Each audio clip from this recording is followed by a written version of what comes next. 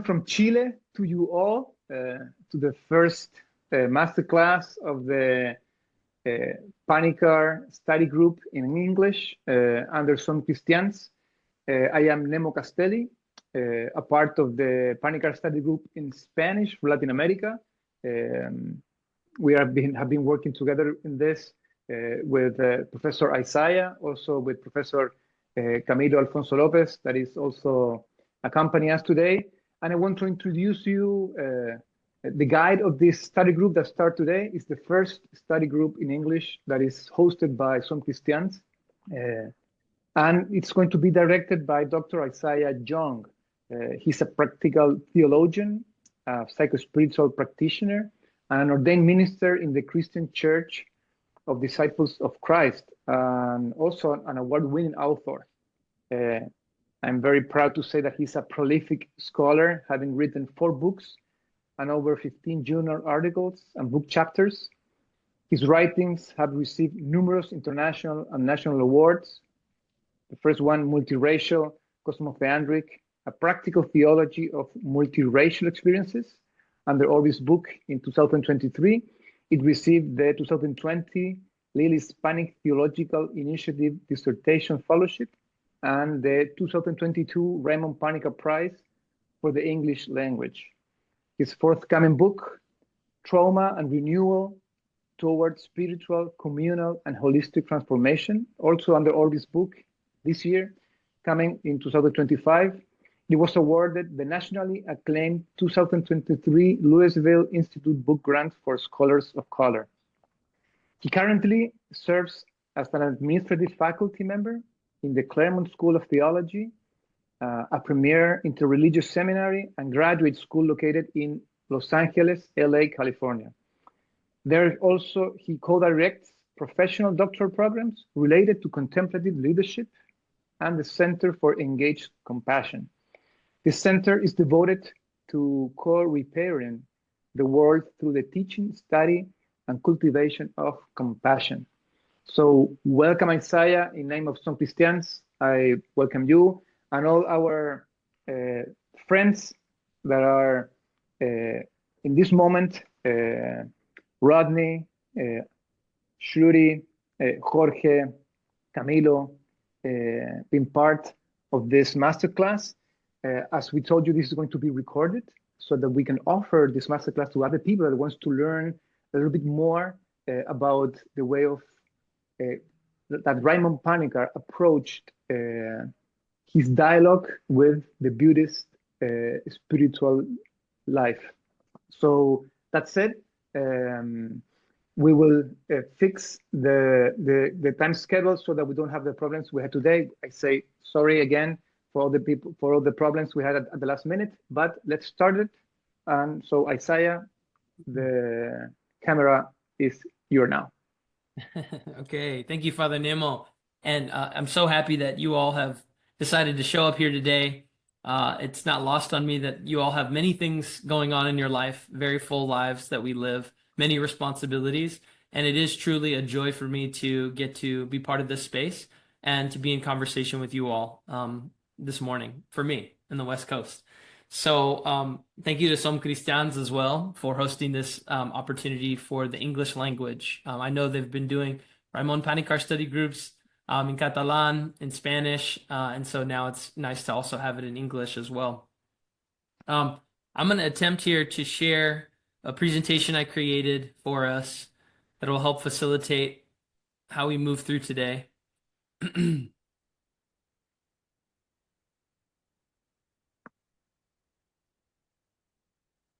Can you all see the PowerPoint? Yes.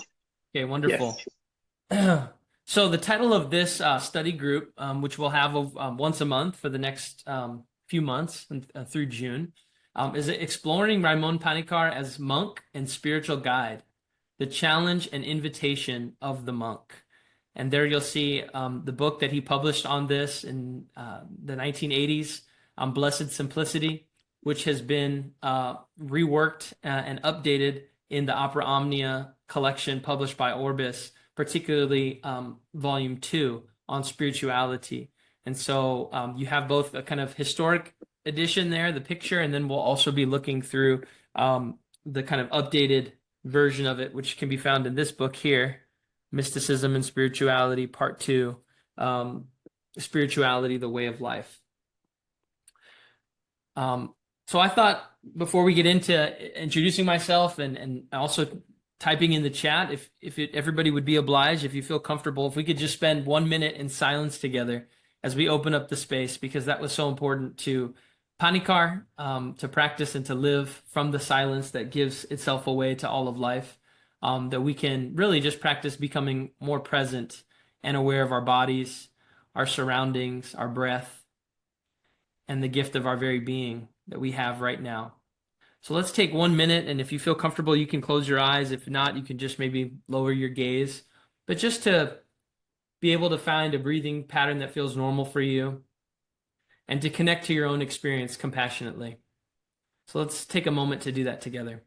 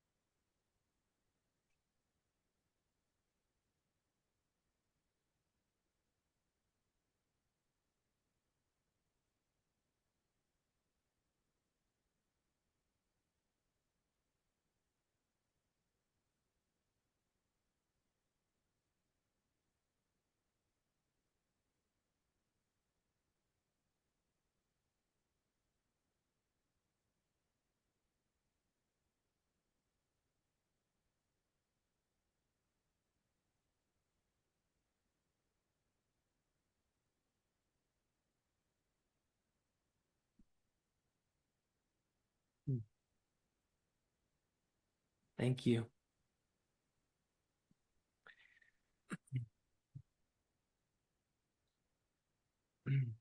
So I'd love to just share the agenda that I'd love to invite us to flow with today, is to begin, as we just did, with a moment of silence together. Love to introduce myself a bit more beyond just the biography that was read, but some more of my own personal interest into Panikkar. Then I'd love to introduce Raimon Panikkar as a contemplative, as a modern example of a contemplative who comes from a long lineage of contemplatives across religious and spiritual cultural traditions. Then I'd love to discuss that together and reflect on any comments or questions that may arise from it. Then I want to talk very specifically about his invitation and challenge of the monk as an archetype, and so, or the archetype of the monk, better said. And so I'll introduce some of those ideas, and then we'll have some more time for group discussion, and then we'll end with another moment of silence together. So that's kind of how we'll flow forward. So starting with me, I'm a second generation immigrant. My father is Chinese Malaysian, moved to the United States when he was very young. My mother's Mexican American.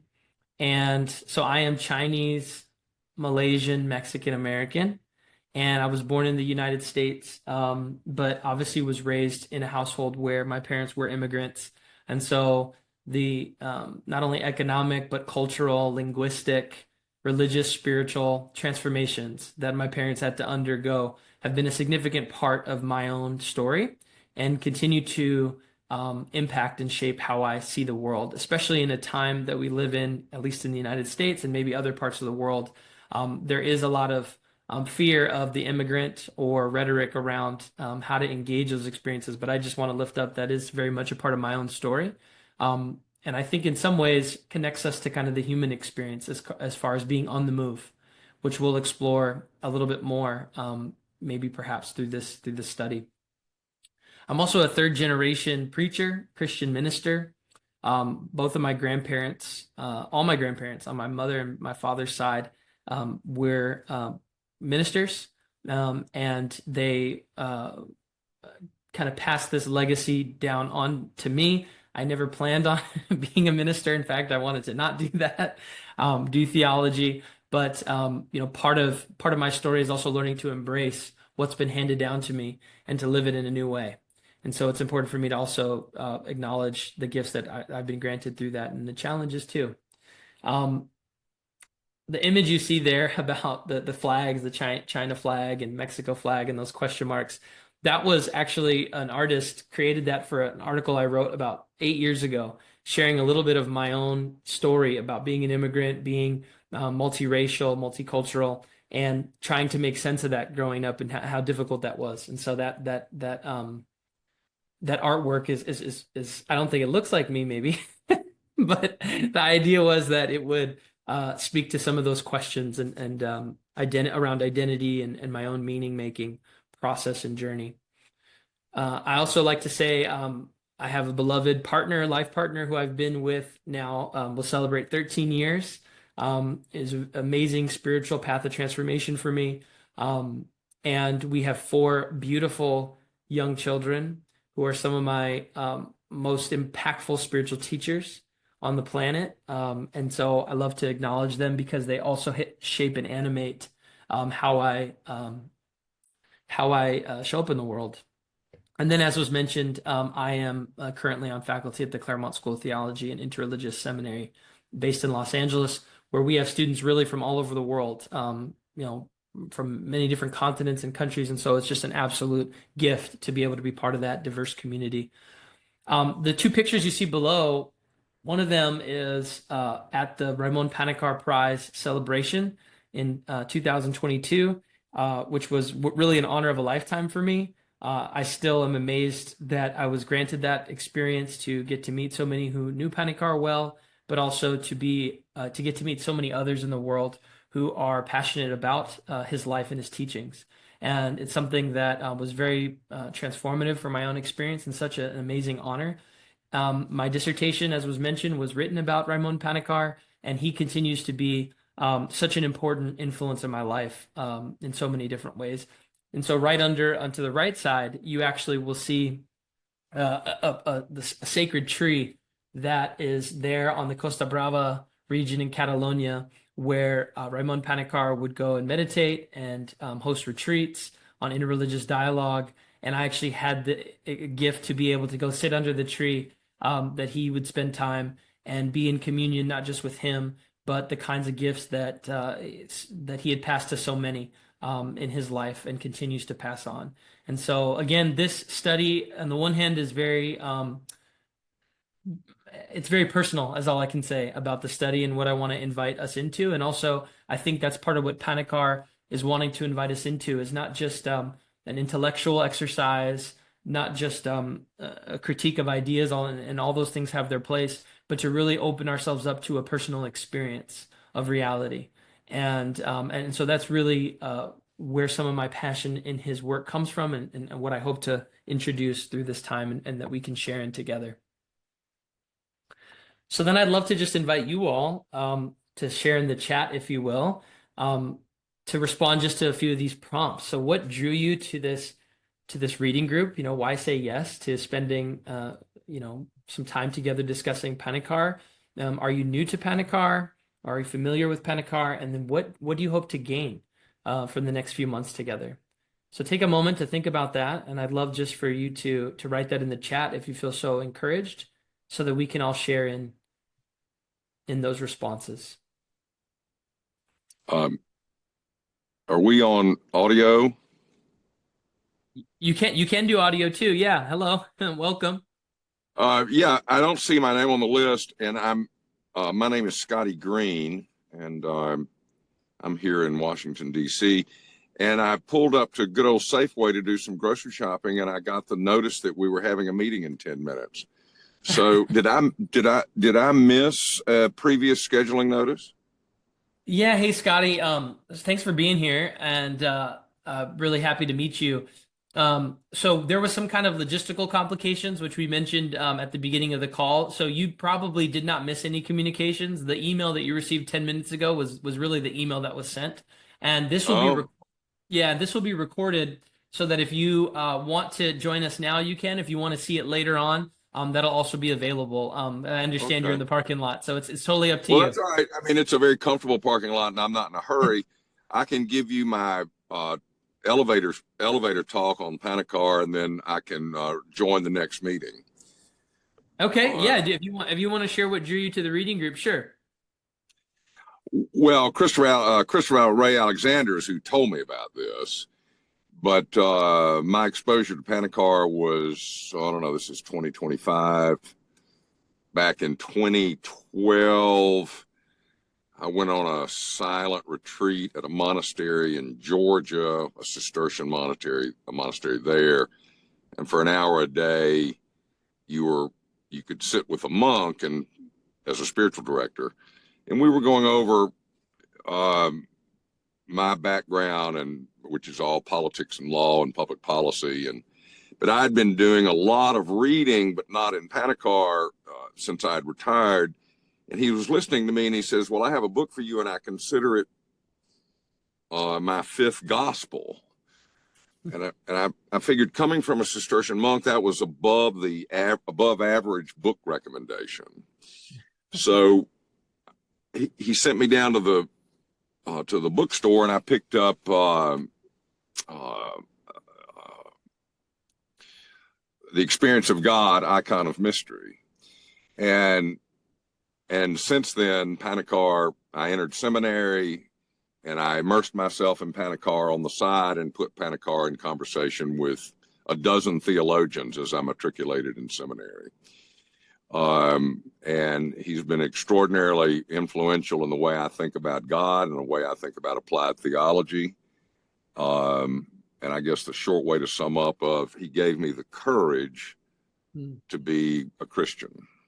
And the interfaith component of his nurturing my Christian faith has been huge. So anyway, that's it. And it sounds like a good group. And I take it there was no reading assignment for this day. Right. Thank you so much, Scotty. I really appreciate that. I love the idea of the fifth gospel being a book, The Experience of God, that you were introduced to. And there's been no reading assignments. There will be for the next meeting. And this session's really open to anyone. It'll be posted publicly. And then it'll be more of a closed reading group in the subsequent months. And so you'll get that communication probably in the next week about kind of the reading assignment. And then if there's anyone else you want to introduce to go a little bit deeper into the study, would love to encourage you to do so. So thanks for popping in, even in the parking lot at Safeway. Yeah, well, as I told Christopher, we're in the process of moving, and I packed my library, but in anticipation of this group, I made sure to open the box with the Panikkar books in it first. So I look forward to joining the group, and sorry to pop in and pop out, but I'm glad I caught you, and nice to meet you. I have read, Christopher introduced me to some of your work and your thinking, and I look forward to sharing how Panikkar has influenced me and continues to do that on a daily basis. Thank you so much, Scotty. We'll see you soon. Take care. Take care. Bye-bye.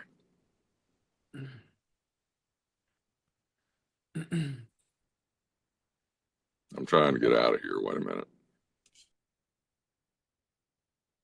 So I'll encourage the rest of us. Nice to see you. Nice to see you, Scotty. Here's some people that wrote on the chat. For instance, Chris Ray Alexander wrote, "I go anywhere I hear the word Panikkar. In the course of my development, he's far and away the most important theological thinker in my development, and among the most important philosophers as well. I'm excited to dive into this work and share it in community." Well, thank you, Chris, for sharing that. Also, Rodney says, "I'm new to Panikkar and look forward to learning and gain insights to his teaching and mystical vision." Thank you, Rodney. And Shruti, that is writing from the UK, says, "My supervisor, Professor Mario Aguilar, Chilean too, introduced me to Raimon Panikkar's work when I started my PhD in 2021. Panikkar had such a huge impact on me and my way of thinking that my PhD ultimately became a Hindu commentary on Panikkar." Beautiful. Especially based on the concept of revelation. I'm just finishing up the PhD, and this reading group is probably the only one I have come across on Panikkar. I am truly excited to share and dialogue with other Panikkarian scholars. So thank you, Shuri, and welcome. Beautiful. Thank you, Father Nemo, for sharing those, and thank you for being willing to write in the chat of what you're hoping for. And I'm already really excited to be in dialogue together, how we can grow in our understandings based on our own unique experiences. So for those of you who are new to Panikkar, obviously those of you who know Panikkar, and Chris, I was appreciating, I go anywhere where there's Panikkar. I said, well, in India, there's probably a lot of places to go then, because Panikkar's a more common name there. But as far as we're talking about Raimon Panikkar as a contemplative, we know he lived from 1918 to 2010, and he came from a multicultural family. His father was Hindu and from India. His mother was a Catholic from Catalonia, and he was someone who was identified as a priest. He identified as a monk, a philosopher, a theologian, right? And also had a multi-religious and interreligious experience. So through his life, he not only developed a way to understand diverse religious traditions and as experiences, but also immersed himself into not only the study, but the lived experiences among others in those traditions. And so he identified as a Christian, a Hindu, a Buddhist, and as a secular person. And so that was all part of his religious experience, his human experience. He's well known around the world as a pioneer to the interreligious dialogue.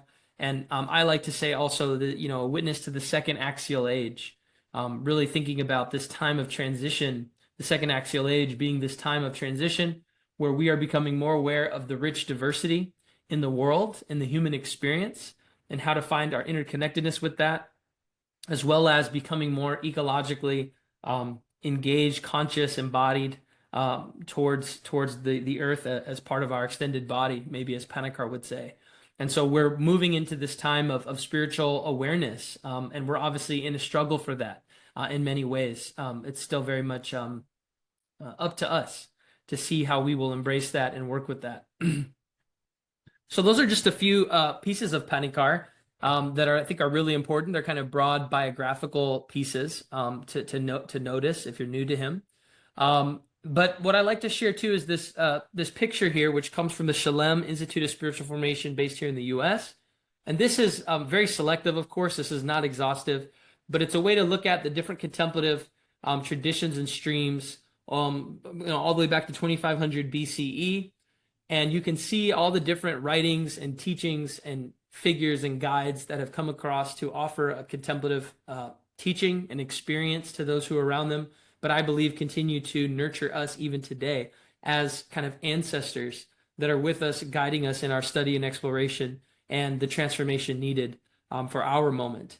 And so there you see Raimon Panikkar at the very bottom of the image on the left-hand side, under Lawrence Freeman and above Rowan Williams.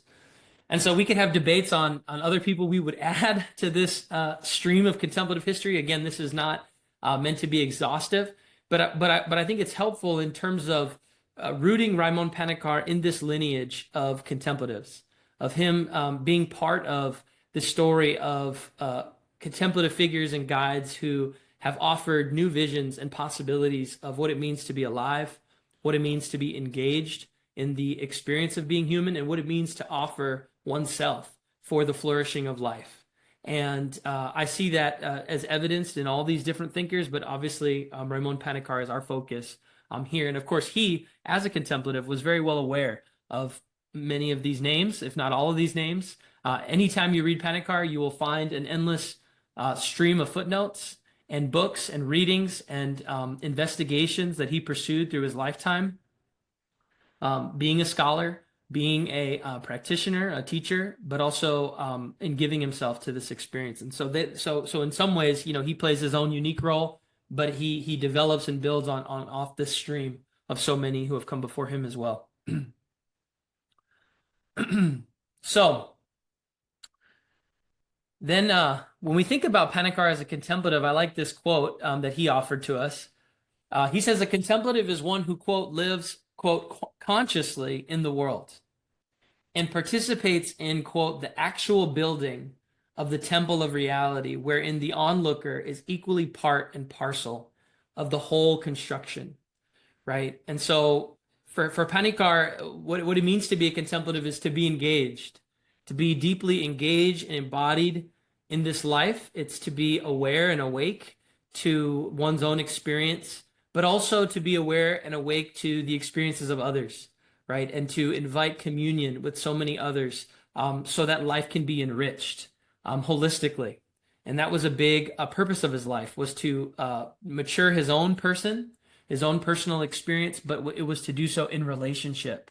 And that's where the interreligious dialogue comes from, that we are to be in intimate communion and relationship with reality. And so when we open ourselves to that, then we get to play a unique role in this building of reality. And so every moment, every breath has great significance then. Even the most mundane aspects of our lives have immense significance as part of building up the actual temple of reality. And so we are all invited to co-construct reality together. The question is, are we open to that invitation? Or are we, do we remain kind of closed off or distant to it? And so that's the invitation to the contemplative life, according to Panikkar, is to live more consciously in our lives. What also is important with the contemplative, right, is this: it goes beyond kind of just one doctrinal confessional statement or one religious group, but it's this invitation that can find its opening in many different cultural traditions and religious expressions. And so he wants to honor that. He wants to magnify that. He wants to be curious about what that is, as it takes place in other kinds of ways in the world, and how others, in their own unique ways, participate consciously in the building of reality. And so we help to realize our own lives in being in relationship with one another. One of the metaphors that he used, which I always love, of the contemplative life, is this notion of a fish that's swimming upstream. So again, it's this idea of this invitation to live consciously, not just to be on autopilot, not just to live scratching the surface of our lives and just going from thing to thing, urgent, frantic, stressed out on all these things, but to really be aware and be awake of our own experience, the fullness, the plenitude of it, all that comes with it, both the highs and the lows, and to be open to it consciously, and then to go against the dominant narratives. We recognize there may be a certain way that society or the world is moving that just seems normal, just seems part of what everybody does, but he's wanting to say that the conscious person kind of is able to move in a different direction, but not as a kind of I want to say, the word he uses is that with elegance, is to swim upstream with elegance. And so it's this conscious movement in a different direction, but it's also a creative impulse. It's almost an artistic, poetic kind of way of moving in the world that can weave new possibilities in reality. So it becomes part of an adventure. It becomes part of a story. It becomes part of a new chapter that's being written. And so we get to, when we swim upstream, we get to introduce new potentials to reality. We get to be part of that. And so this is the contemplative way, is that it's not just a resistance to dominant cultures of oppression, although it is, but it's a way of living that goes beyond just resistance. It's a way of really crafting something new in connection to what has been. And so it's this fish that's swimming upstream consciously. So this is a video that many of you who know Panikkar have for sure seen before. For those of you who do not know Panikkar, I wanted to show this video because it's about 4 minutes, but it's him speaking about how we realize our own journey in communion with others. So this is not just a privatized, individualized invitation. What it means to be a person is to be in relationship with others, with relationship with the sacred, relationship with the cosmos, relationship with all of life. And so this was his own understanding and how he wanted to encourage us to be open to that. So this is called the window. So I'm going to share, I'm going to stop sharing and then reshare with my sound.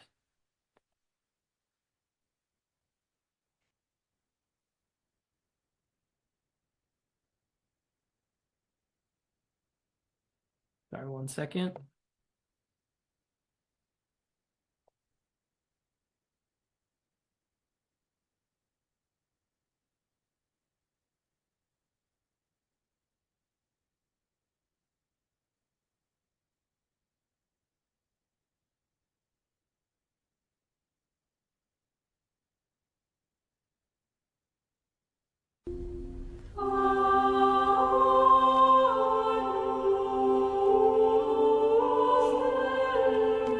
one of the metaphors I use is that we are all seeing the world from our particular point of view. We see the world through a window. And here I say two things. First, the more cleaner the window is, the less I see the window and the glass. And the more I am enthused and in love with what I see. So I don't see my window. I see through the window. And I need my fellow who tell me, look here, you are looking through a window. But then I have to tell him, sorry, you also look at the window. And then we compare notes. And in great part we see the same landscape, but perhaps we see it a different way also. And perhaps I say, no, I would like to see that, and it's all right. So we need each other.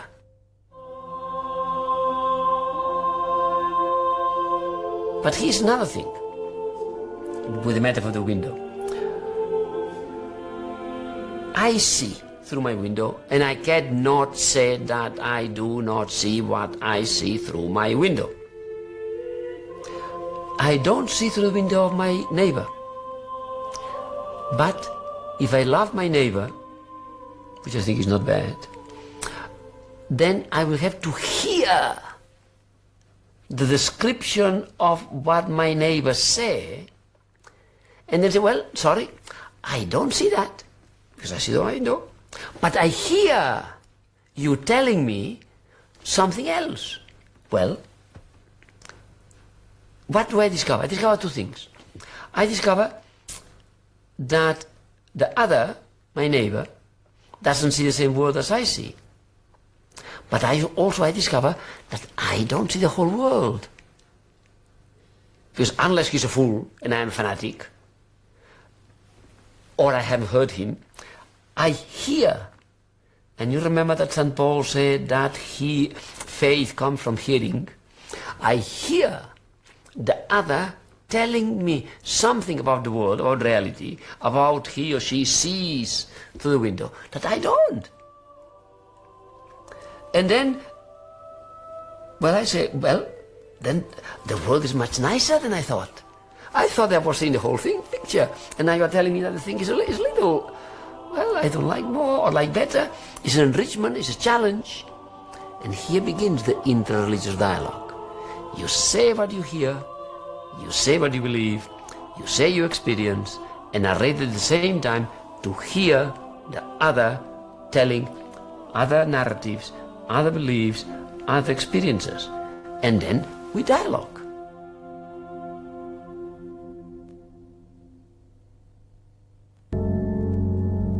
I need you to tell me that I'm looking through a window. Nobody alone can find anything. We need each other.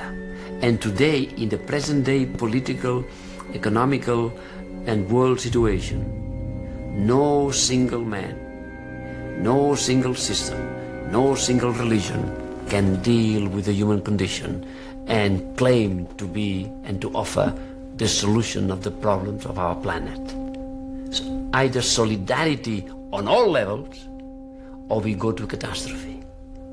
Individualism or collective individualism. We Catholics, we fellows, we the Negroes, we the whites, we whoever, the scientists, the believers.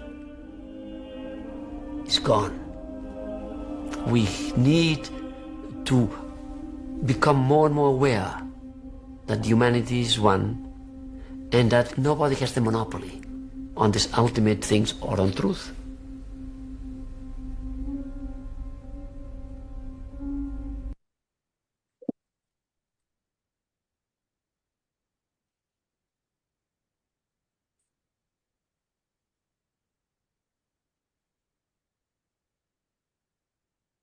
Right. I love that video. Every time I watch it, I've seen it so many times, and I just still enjoy getting to watch it every time I do. One of the things I wanted to point out about that metaphor of the window, right? And he's talking about the cleaner the window is, the less you even recognize that there's a window. And I love that because it's this invitation for each of us to try to clear our own lives of the different kinds of attachments or neurotic patterns or sensibilities that we all have, to be more open to our experience. So we become less open to the fullness of our experience, right? The more that we, you know, allow our kind of interpretations of things to kind of lay ultimate authority on it. So he's inviting us to clean our windows. But then he also is emphasizing, right, this piece of hearing, this piece of listening, which again, going back to him as a contemplative. And if we think of especially the Christian contemplative tradition in the West, you know, Saint Benedict, first command really is to listen, to really be someone who listens. And he is echoing many contemplative teachers from other traditions as well, that listening is really kind of the first opening, the first engagement, this receptive posture to reality, not imposing, not trying to change it, but to really be open to this fullness that's giving itself to us. And so there's this humility of listening that is also part of the invitation. And he said, you know, it's in relationship with others that we really realize how much we don't see.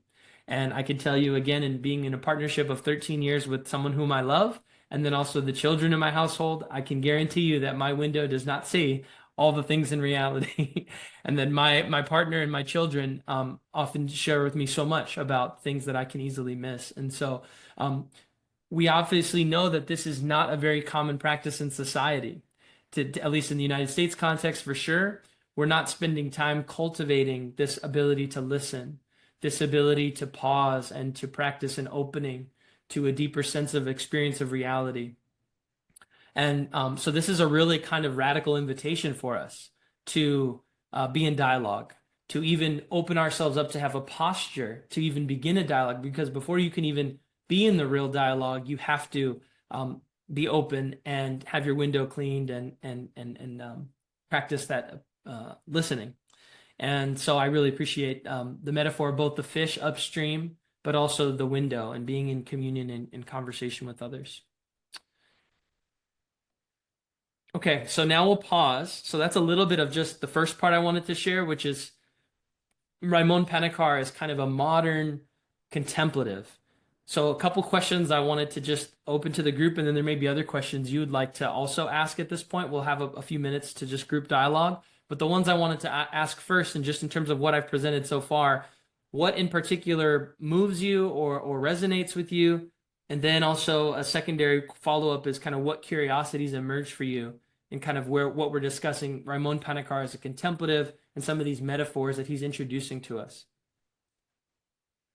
And I'm going to stop sharing just so we can see each other who want to speak. Yeah. Hey, I'll speak. My name's Stuart. Sorry, I'm kind of hopping in late. I just happened to come in right at the window metaphor. And one thing I wonder with that is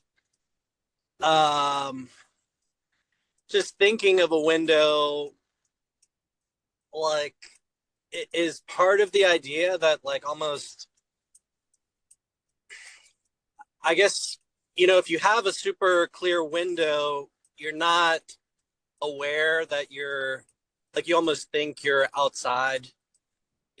Like, I guess, is there some importance in being aware, like, that everything you're seeing is through a prism to a certain extent, you know, in this lifetime? Like, it's almost like there's some importance in recognizing that there is some sort of veil or whatever, and that sometimes even maybe having that window cluttered at least reminds you that there is clutter. Like, that's what I didn't know, if there was something to that, like the idea that it is still kind of important to remember that you're viewing everything through some sort of prism or whatever. Like, remind yourself of that.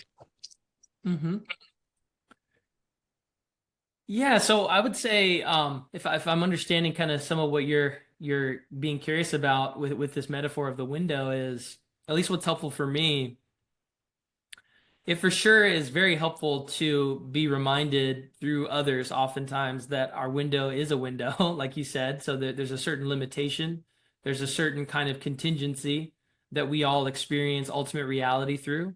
So like I think Panikkar is kind of resisting this idea of like a universal person, like that there's like that one person can have all the answers, can kind of supremely experience everything just on their own. I think he's really kind of in his own way challenging that, but he's also affirming that we all can uniquely somehow touch ultimate reality in some way, and that part of the journey, the invitation of our lives, is to be on that journey, to respond to that more even stronger than desire, but to respond to this fruit of experience that is granted to us, to become aware of how it's being given to us, and to give ourselves back to it more deeply, in whatever unique way that we do. And so you know, I feel that our windows, I guess what I'm trying to say is I don't think he's trying to necessarily make our windows a problem, although it could be a problem if they're just super dirty and you can't see anything.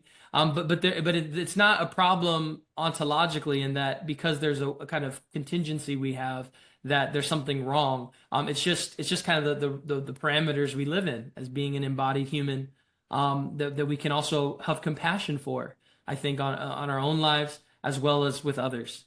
And so that's part of the ongoing transformation, to be open to. Yeah, there's probably more we could say, but I think initially that's kind of how I receive it. Thank you. I'll jump in.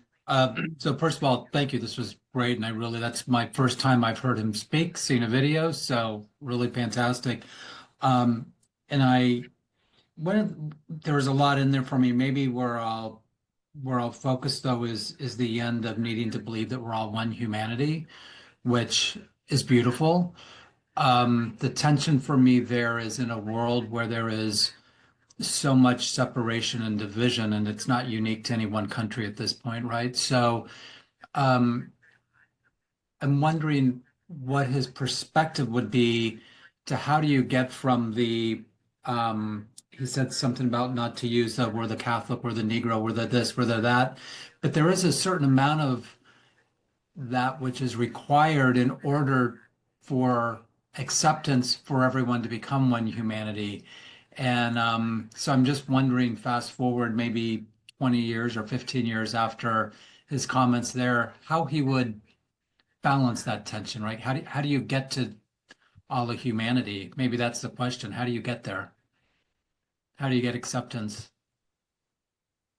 Yeah, it's a great question, and I would love to ask him that here now today, what he sees.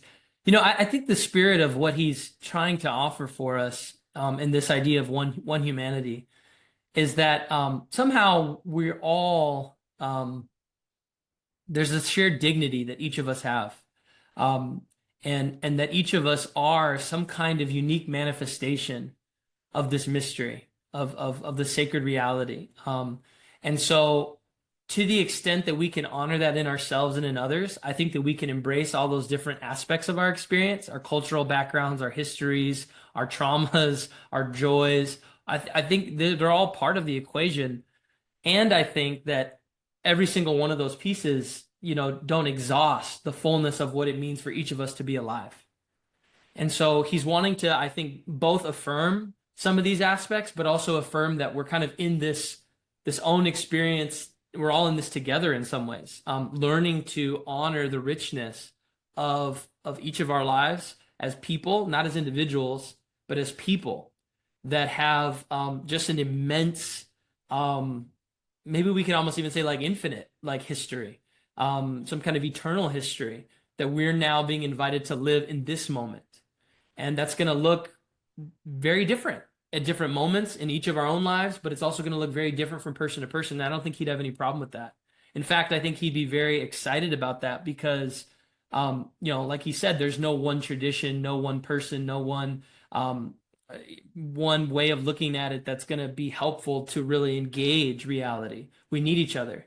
And so there's this kind of movement to bridge building that's not, hey, in order for us to be together, you have to forget your cultural history. You have to forget your own personal experiences. No, but there's a way to bring those in and also be open to this other side of how we connect and commune with each other that kind of go beyond all those things as well. When I say beyond, I don't mean better or higher. I just mean that there's another dimension to it, to our relationship, that we want to honor. And so I think his interreligious dialogue, that was his way. Like you said, how do we do this? You know, and he has a book on that and writings, and we may get into some of that with this group, but that was a big part of his spirituality, his practice, and inviting others to that. Thank And you. also, there's also brilliant Panikkar people in here too. So if you want to offer some pieces and kind of join in, I want to spend about maybe 5 or 10 more minutes at this moment, and then I'll share a little bit more, and then we'll have a kind of closing moment. So please, others who know Panikkar as well, and yeah. Isaiah, it's making me think of like this is a solid question, and I wonder, especially since this isn't like a Panikkarian answer per se, but because of his dialogue with Heidegger, I feel compelled to bring up this distinction between what we could call like sameness and identity. And I think that if we're trying to assert, one humanity as a question of identity, we run into some issues pretty quickly because identity is frequently formulated in kind of static terms where A is equal to B. And then like that correlation is locked in some way. But I think one of the things that I've appreciated so much, of the many things that I've appreciated so much about Panikkar, is that he seems to be a lot more interested in sameness, which can be understood in terms of it's more processual, and it has to do with a movement from manifest difference and plurality towards commonality, and then it returns to difference, and then it returns to commonality. And so it's, and in a way that means that even commonality itself isn't static, but that it's renewed. And so I remember Panikkar saying, I think it's in The Rhythm of Being, that he talks about the need for all of our traditions to be renewed through all of our traditions. And this is precisely what this makes me think of. And what I heard in the video that really stuck out to me, that seems so characteristic of him, is pointing to the different modalities of understanding. It's not just that okay, if I'm locked into seeing and it doesn't seem like there's anything else that I can see, okay, but I can still hear, and surely there are other ways of like that intelligibility happens and media through which it occurs. And we need all of that. So I think that what maybe to boil it down, what I would want to say is to talk about all of humanity, like the oneness of humanity, I would dare to say that Panikkar wouldn't say that would be recognizing that humanity is all the same, but instead that humanity shares the commonality of needing each other, that all of us need each and every other one. Yeah, I think that's what I want to say about that. And thanks for sharing that video. Mm-hmm. Yeah, rhythm. I love what you just shared, Chris, and bringing Heidegger in. There's some other Heidegger fans in the room, so I can't wait to have some of that also brought in. But the sense of the rhythm, right? That we all participate in the rhythms of reality, and in that sense, we're sharing in that. He used the metaphor of the banquet of life, to which all are invited, right? So a banquet is this feast. This feast is a participation in something that's been given to us that we're also consuming, but then, right, but as a response to that, we're also giving ourselves back to it. It's kind of this endless relationship in some way. Any other comments or thoughts? And if not, that's okay too. We'll have more space at the end because I want to also go into what our focus will be, which is on kind of the sense of the archetype of the monk, and introduce a little bit of that. Hey, sorry for the background noise. I'm just in the library. Like adding to everything that has been going on. I think Panikkar also uses the metaphor of bouquet of flowers, like along with the banquet. And I think this video just reminds me of how Panikkar makes the distinction between an individual and a person, and how he correlates a person as a communion. So dialogue is not something that is unnatural to a person, but it's the person's essence. And apart from that, my understanding of the video of the window, it makes me think of how, like, if we connect it to scholarship or academia, it's usually thought that in order to write a paper or in order to write a book, you must isolate yourself, sit in your room and write it. But it's like Panikkar's conversation is like being in isolation versus being in dialogue. And it's only when you are in dialogue that you're able to understand the multiple perspectives. Because sitting in a room, you'll just know your own perspective, which is through your window. So just that. Beautiful. Thank you so much, Thank you. Shruti. Wow, I loved what you just said about how, Panikkar was an academic, a scholar, but also never really fit in with some of that. And you can read about that in his journal, which was published. I have it somewhere here, but I definitely encourage you to check that out because he talks about that, like his own struggle with how to really live out his vocation because of the ways, like you just described, academia being this kind of individualistic effort that he saw no fruit in, really. I mean, he was like, that's not helpful for any of us. So thank you so much for naming it the way you did. So powerful. Well, beautiful. So I want to continue us on here. And I'm sure there's more we could talk about. So thank you all for being willing to engage. But let's go to the second part here, of which I prepared. Okay. Okay, so the challenge and the invitation of the monk, right? And so here's a monastery in Bhutan, and for some of you who have been to monasteries, you visited monasteries, you know that some of the monks, the nuns, they have some of the most beautiful, picturesque locations where they choose to live. And I always love thinking about that because sometimes I don't know what you all think about when you think of someone who's given a vow to become a monk.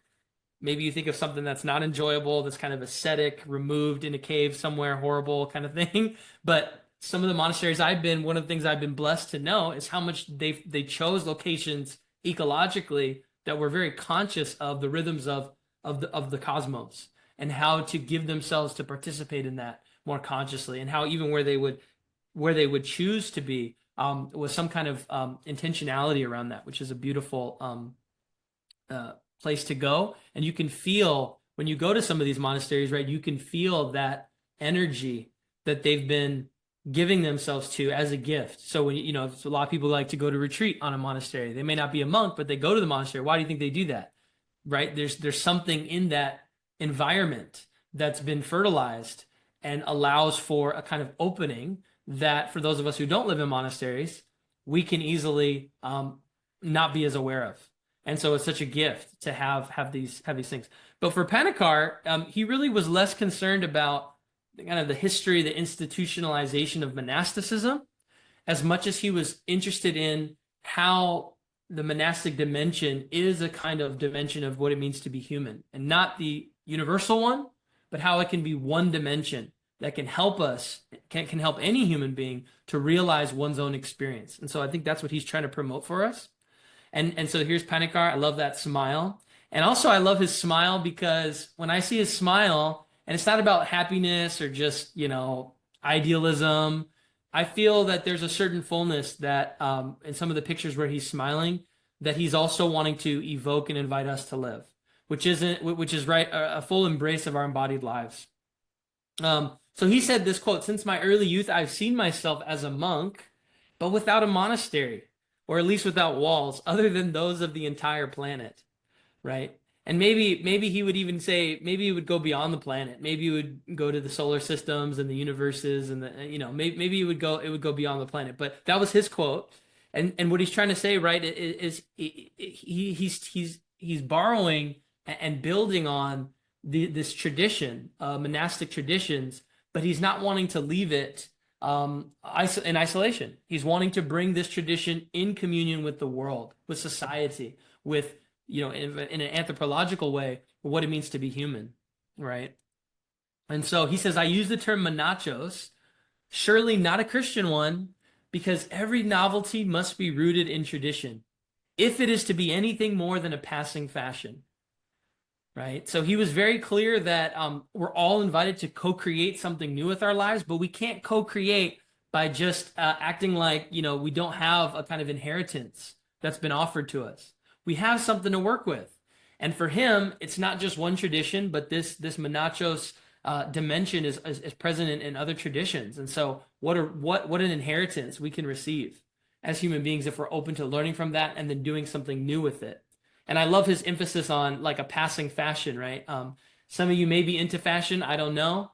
I have some siblings who are more into fashion than myself, but what do we know about fashion trends? They come and go. Right? Like the way you do your hair today, the way you dress today, it's like really in fashion. And, 5 years, 10 years from now, people say, why are you wearing that? It's not in fashion anymore. So what he's saying is he's wanting to move beyond just the kind of passing trends. And he's wanting to invite us to live a kind of fullness of experience that can be uniquely lived in our time, but can also be of benefit to those who come long after us. And he sees the monastic kind of dimension as being one way to look at that.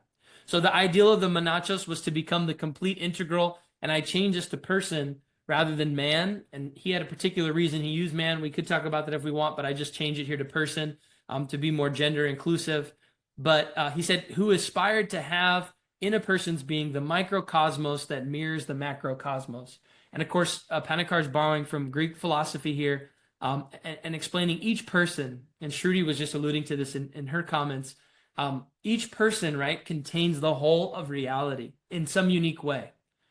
Our invitation is how do we manifest and live that out in its fullness? Each of us. And so that's our invitation. So he's saying this is what the monachos dimension is calling forth in us, is revealing to us, is reminding us of that may be hidden, maybe subtly, we may be missing it with all the other affairs of life. So he's wanting to help show, no, there's this long kind of these stories, these experiences that come to help to reveal this to us. So then he has some kind of like polarities then that he brings up in this that I think are really helpful. So on the one hand, like this call to the archetype of the monk, again, not as something everybody should do, but as one potential symbol that can help humans to realize the fullness of their lives. On the one hand, it's a unique invitation, but it's also available universally. It's not, in other words, it's not just for those who are quote unquote monks. This path, this symbol is not just reserved for one tradition, one kind of person, one kind of experience. This is something that we all can uniquely be open to if we are open to it. The second tension here, this kind of polarity, is this aspiration and perfection, right? This sense of living in fullness or the perfected life. Buddhism might speak of this as enlightenment. Kind of secular traditions might speak of this as wholeness. But whatever that perfection is of the person's experience, there's this one sense living that, and then there's this other sense of this aspiration to continue to deepen that experience, right? So it's both of them are true. This goes into this third piece, this presencing and absence, right? This presence of fullness that we can know and we can taste and we can experience beyond words can articulate. We can just experience it. And there's this sense that there's an infinity to it. There's an eternality to it. It's inexhaustible. And so we're open to that also as well. And then simplicity and complexity. Of course, his book was Blessed Simplicity. And we'll talk a lot more about that in our next session. And then what he sees as the need for today to harmonize complexity. And he has his own reasons to speak to that in society. And then I love this last piece, the monastic archetype, the monastic dimension, the archetype of the monk, both shuns and needs institutions. And I wanted to particularly bring that up because, at least here in the United States, probably in Europe, but other places, right? There's such a cynicism and a distrust with institutions, any institutions, right? And in many ways they're failing us, right? Institutions at their best provide us the kind of fertile soil to launch and to live creative lives. But oftentimes institutions fail at doing that, right? And so people just then want to live de-institutionalized lives, but it's impossible, right? Because part of us as being persons is social beings. And so we rely on institutions. We rely on the ways that we can pass on our stories, our traditions, share resources, and so on and so forth. And so I love that he's saying the archetype of the monk has the struggle with institutions, Because I think that there a lot of people today also are in this struggle, and they don't know there's this whole lineage that also acknowledges that also lets us know we're not alone in that struggle, and that there's a way to engage it more creatively. So then he says, inasmuch as we try to unify our lives around the center, all of us have something of the monk. So again, not just the people who take solemn vows or go away. He's really trying to open this up and make this accessible to people of all walks of life. Inasmuch as anybody tries to unify their life around the center, around what's ultimate, the absolute. We could use different, wordings for this that mean different things. But how we concentrate our lives around the center, that's the monastic dimension at work in us. So the artist, the poet, the singer, right? The storyteller, right? All the teacher, right? All these different kinds of experiences insofar as we're unifying and concentrating our entire experience around that center, then we're in that archetype. We're perfecting our own lives. We're on the way towards that realization, maybe also living it out in some way. And then he says, to speak of a Buddhist monk, a Hindu monk, a Jain monk, Christian monk, it does violence to the words. That kind of goes back to what we were talking about the identifications, identities, and all these kind of things. Because the Christian, the Buddhist, the Jain are only qualifications of the search for the center. They're all what they have in common, what they're all trying to do in different ways is concentrate around that center. That is the core that the monk seeks. So this is, again, something that he sees present and practiced across different traditions, that he's also wanting to learn from and learn with.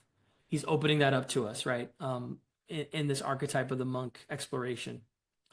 And so what is the center? One of the definitions that he loved to quote, this Hermetic teaching, right, that God is an infinite sphere, the center of which is everywhere and the circumference nowhere. So how do we live lives where we can realize this as true, and not that we own the truth or control it, but that we participate in the truth, right? That our lives become an expression of this truth, this mystery.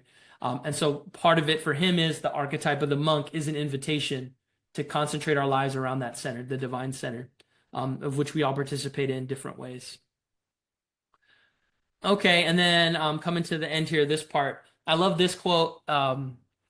Scientists experiment with things, philosophers with ideas, artists with shapes, but the monk tries to experience him, her, or their self.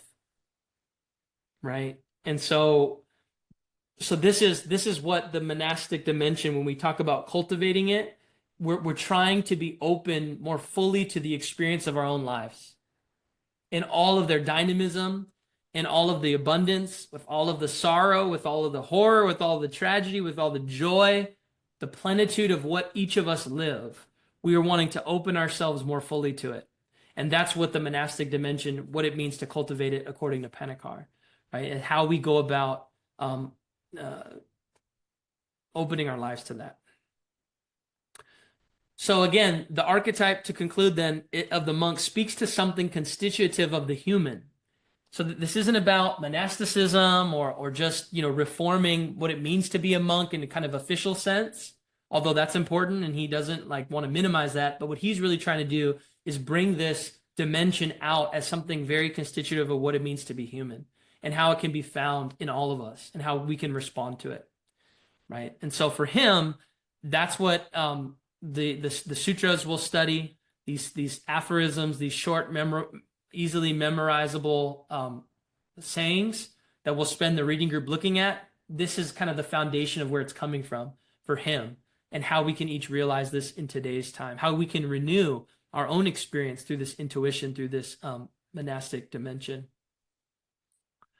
Here's a labyrinth. I don't know how many of you have experienced labyrinths, but I appreciate the ways in which labyrinths are embodied. They're about movement, and they're also about concentrating on the center, right? So it's a different kind of silence or stillness that a labyrinth kind of allows us to live in, so that as we're moving, as we're walking, as we're open to the experience in every moment, we are still, whatever it is we're doing, whether we're cleaning the dishes, we are changing diapers, like me, or being woken up in the middle of the night because they have fevers and I'm giving them medicine.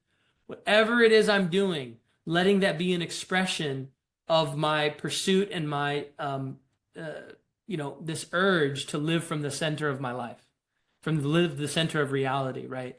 And so that's what he's saying. On the one hand, it's something special, difficult, even queer, right? Because in some ways, what we're talking about, these are hard. It's hard to talk about, but it may not always resonate with other people, right? They may not feel this sense of this in the way that we're describing it, to live from the center. Now he's arguing everybody in some way longs for this. This is part of what it means to be human.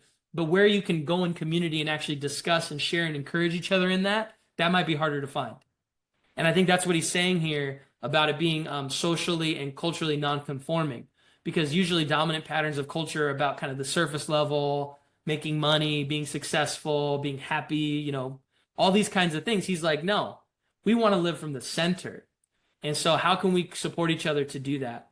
And so it's a little bit queer and unique to all of us. But then on the other hand, it's something so human that it's really at the core of what it means to be alive, and how we can realize that together. Okay, so that's what I wanted to share then about the archetype of the monk and some of the foundations of what we'll continue to explore together through this.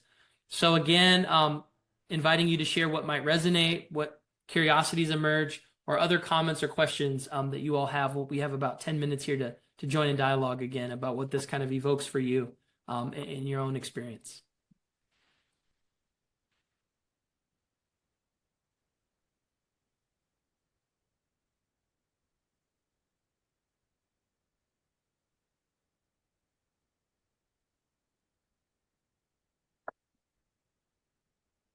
Also, we can invite you, if some people are more reluctant to speak, you can write your questions in the chat and I will read them for you.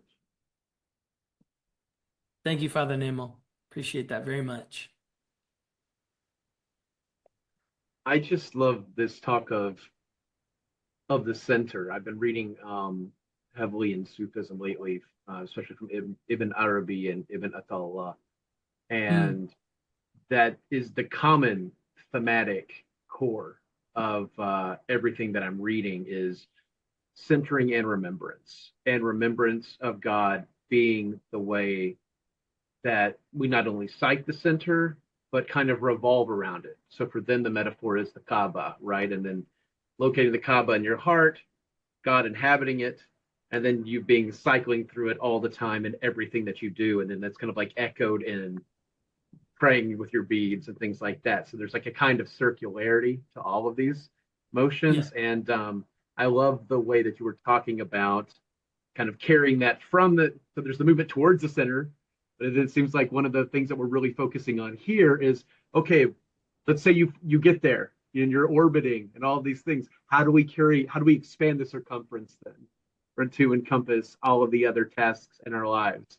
And as you know, I have my second baby on the way, and my first baby is upstairs, still somehow miraculously sleeping.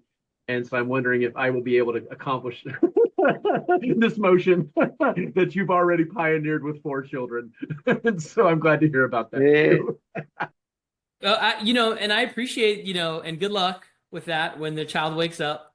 But one of the things I love about the archetype of the monk and the way we're talking about it is that it is an invitation to all of us, whether or not we take vows as a monk, right? Like that's the point, is that we, like the Panikkar's invitation to us invites all of us from whatever walk of life we have to uniquely see our life as this kind of, monastic cultivation, as in living from what's most important, what is the supreme experience. And then not just then does it make it accessible, which is so beautiful. That's the contemplative way, to make it so accessible to people, whether or not they even talk about it in this way. We can find moments they're cultivating it. Like I was mentioning with some of the artists and the singers, the activists, the protests, right? All those kinds of things. There's a certain center that they're living from to do that.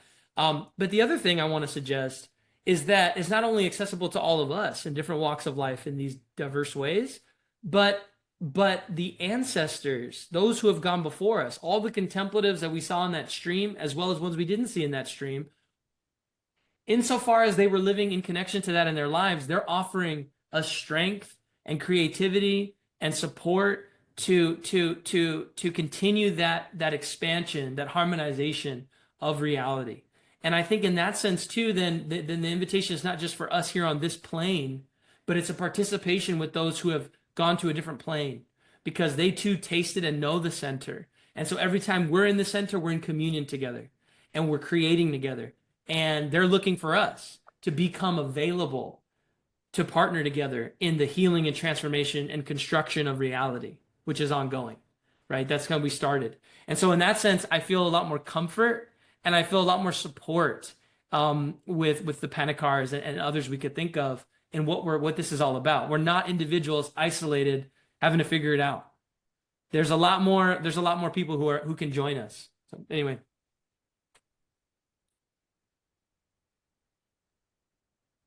This kind of reminds me how Panikkar points out that truth is like there's no one truth, but truth is also always relative. But what connects everyone together, it's the ontic intentionality to reach the center, which you might call as the ultimate absolute Brahman or whatever. And that's why traditions and practices, are so important, because they're not so important that they're just about blindly imitating them, but they're important insofar as they, like you were talking about remembrance, Chris, and Shruti, you were saying what we might call it the absolute Brahman. There are paths that have been laid out for us to explore and then to chart our own, and so there is that inheritance. So it's not a watering down of saying, to your point, Shruti, that truth, there's just one truth, at all. It's saying that there's many different paths that we are all maybe not even going to the same place, but we're all working towards the center in some way. And so how do we open to that with curiosity and compassion to others? Well, then that's where the nonviolence comes in. That's where a kind of non-impositional presence comes in, and a more receptive. And that's really where then love can continue to be birthed, is in that place of mutuality and reciprocity. And so we meet each other in that. And I think that's what Panikkar is inviting us to with this archetype. Absolutely. So I appreciate that unique words, we might call it, and the symbols. And I think he very much would want to honor those as well. I would also like to, sorry. No, please go ahead.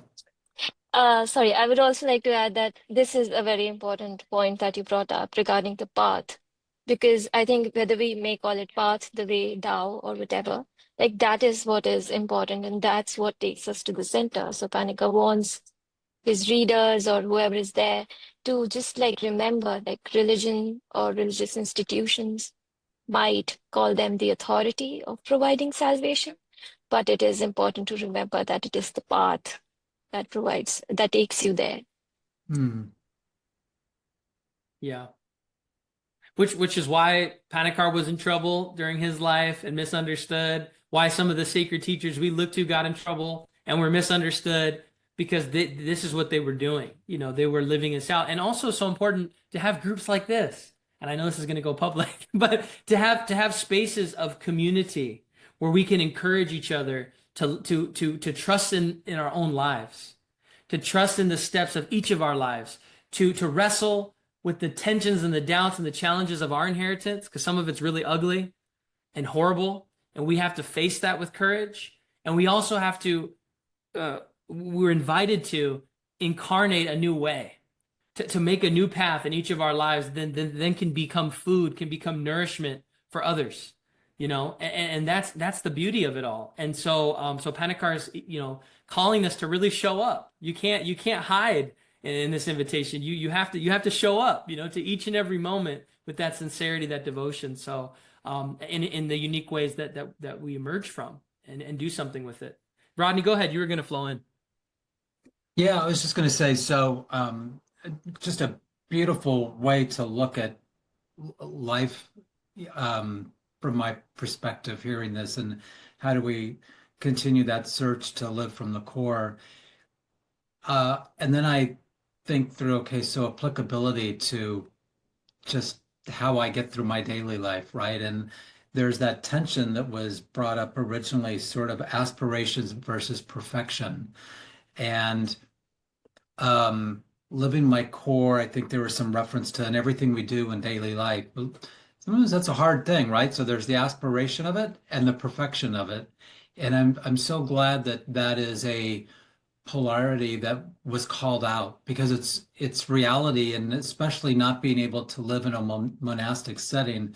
I got to tell you, having one minute at the beginning of this call to me is a huge gift, just to pause. So I can only imagine what it would be like, to live in this setting repeatedly. But so I thought that was a really important point for me, that I've got to put it in balance each day. And I liked sort of the last slide when it was talked about how different, they gave some examples of how different um, individuals experiment with this, where there's things, shapes, but a monk it's himself. And so if there's a little bit of a monk in all of us, as this started out, then that gives me the opportunity. I can search for it. Doesn't mean I'm always there. It can be my aspiration. So a lot to digest, but I always also like to figure out how can I take this and apply it to not just how I view my life, but how I live my life.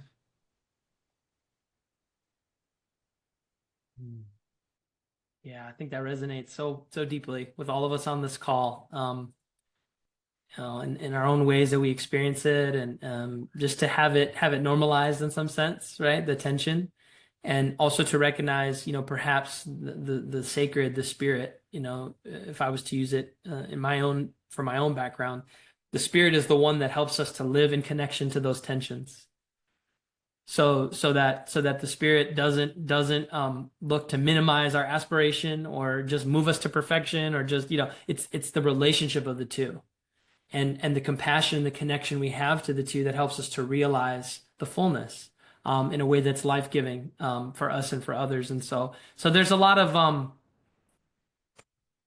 and we'll talk more about this when it comes to the sutras, but this is really a response. It's an invitation to respond to the gifts of our lives that we already have been given, and how to become more aware of the richness of those gifts, to not possess them, but to more consciously give them away. Right? To more consciously receive them and to give them away, to let them pass through us in some way so that they can enrich reality.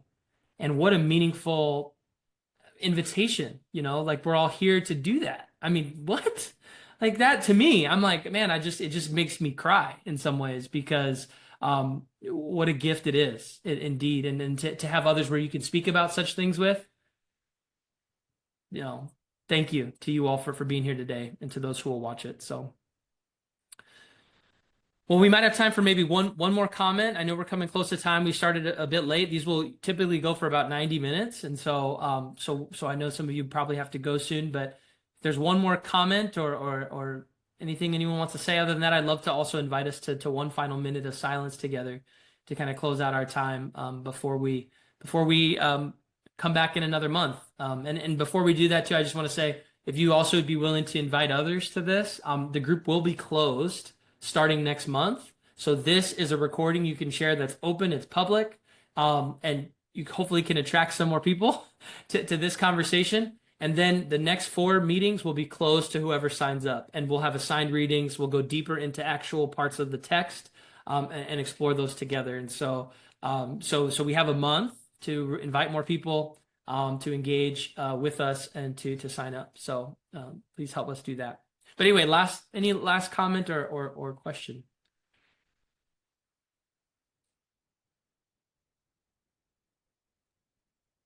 I'll comment. I really appreciated what you said about where the monasteries are located, because and how a lot of times they're located in beautiful spots, and a lot of times I think within the Christian tradition there is this idea of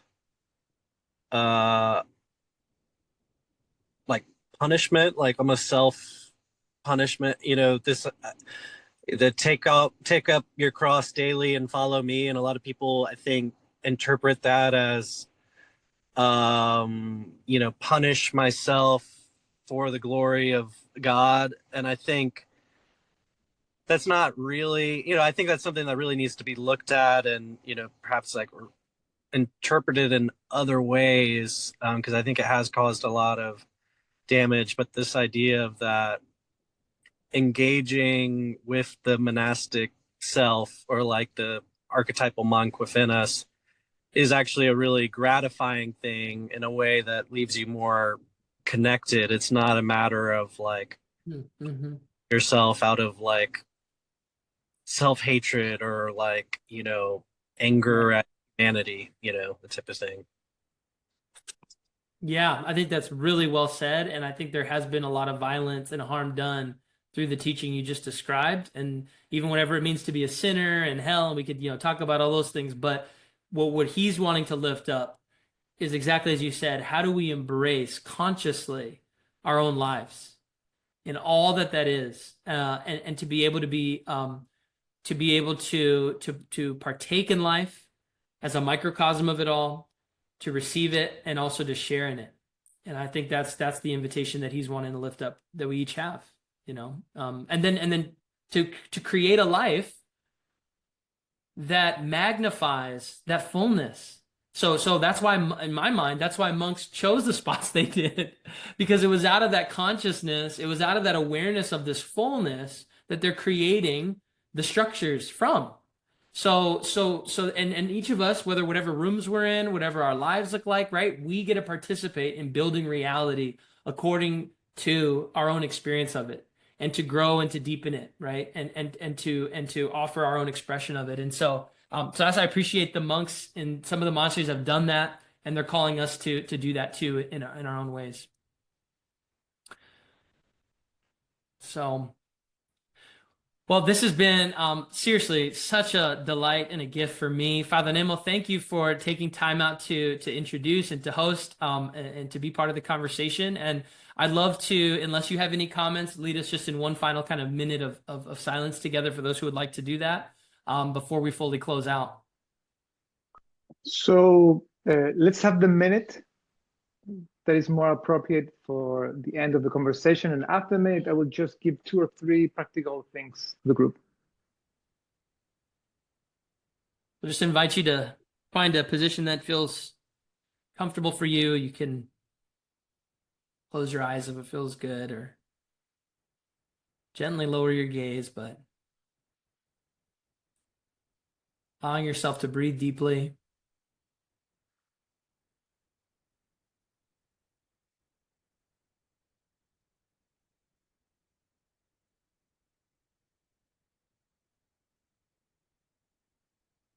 Just relaxing any tension you might hold, becoming aware of the gift of your own life.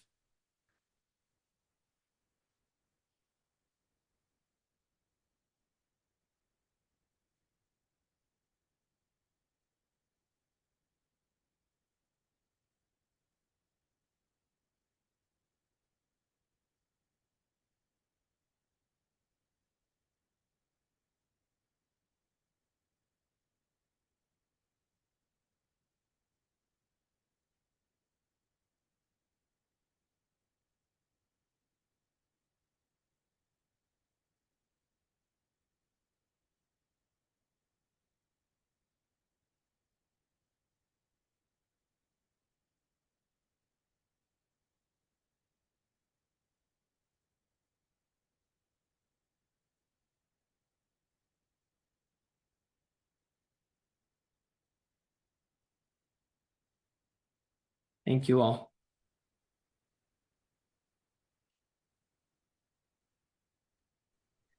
So thank you, Dr. A.G.YONG, for this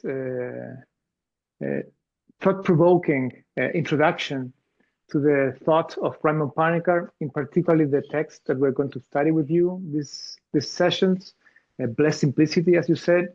So for those ones that are listening right now to us, and that the people that are going to watch this video in the future, on the second cycle, we're going to go through cultural discernment, a study of peace, and the third one through the Opera Omnia number 5, that is the research of Raimon Panikkar of Buddhism.